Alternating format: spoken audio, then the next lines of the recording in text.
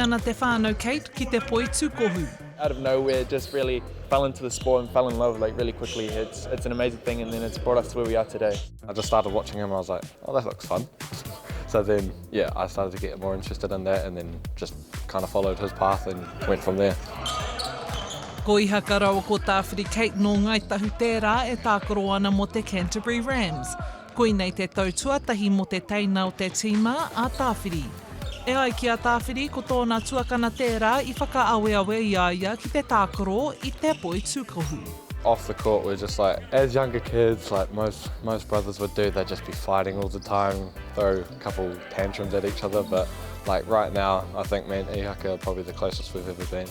Nō tērā tau I rongo a Ihaka I ngā āhuatanga o te Victoria I te NBL, nā e ai ki aia e hara tēnei te mahi māmā.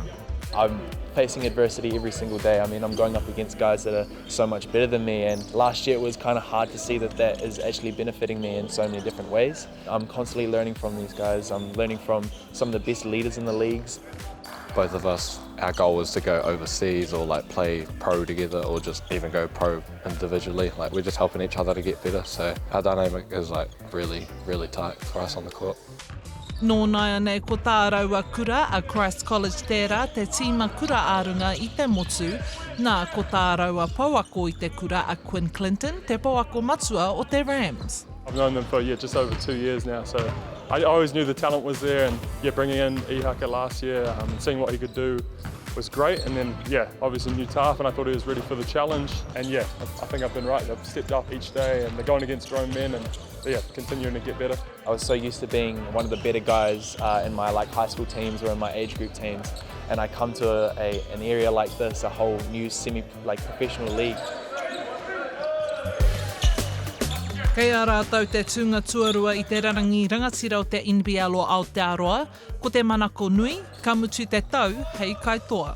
We work very well together, and it's really cool that he can share this experience with me, knowing that I have a little bit of experience and I can pass down, I guess, a bit of advice, a bit of wisdom about what's happening here and there, but it's really awesome to share the floor with my brother, and he's loving it. I know that he is.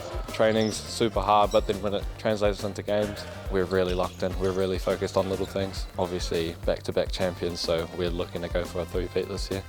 Nō te hatarai ka tuki rai ki te rai te Canterbury Rams ki te Auckland tuatara I tāmaki makaurau.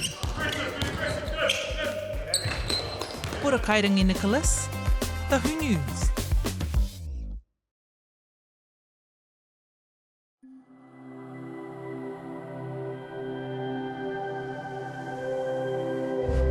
Ko te reo, te take.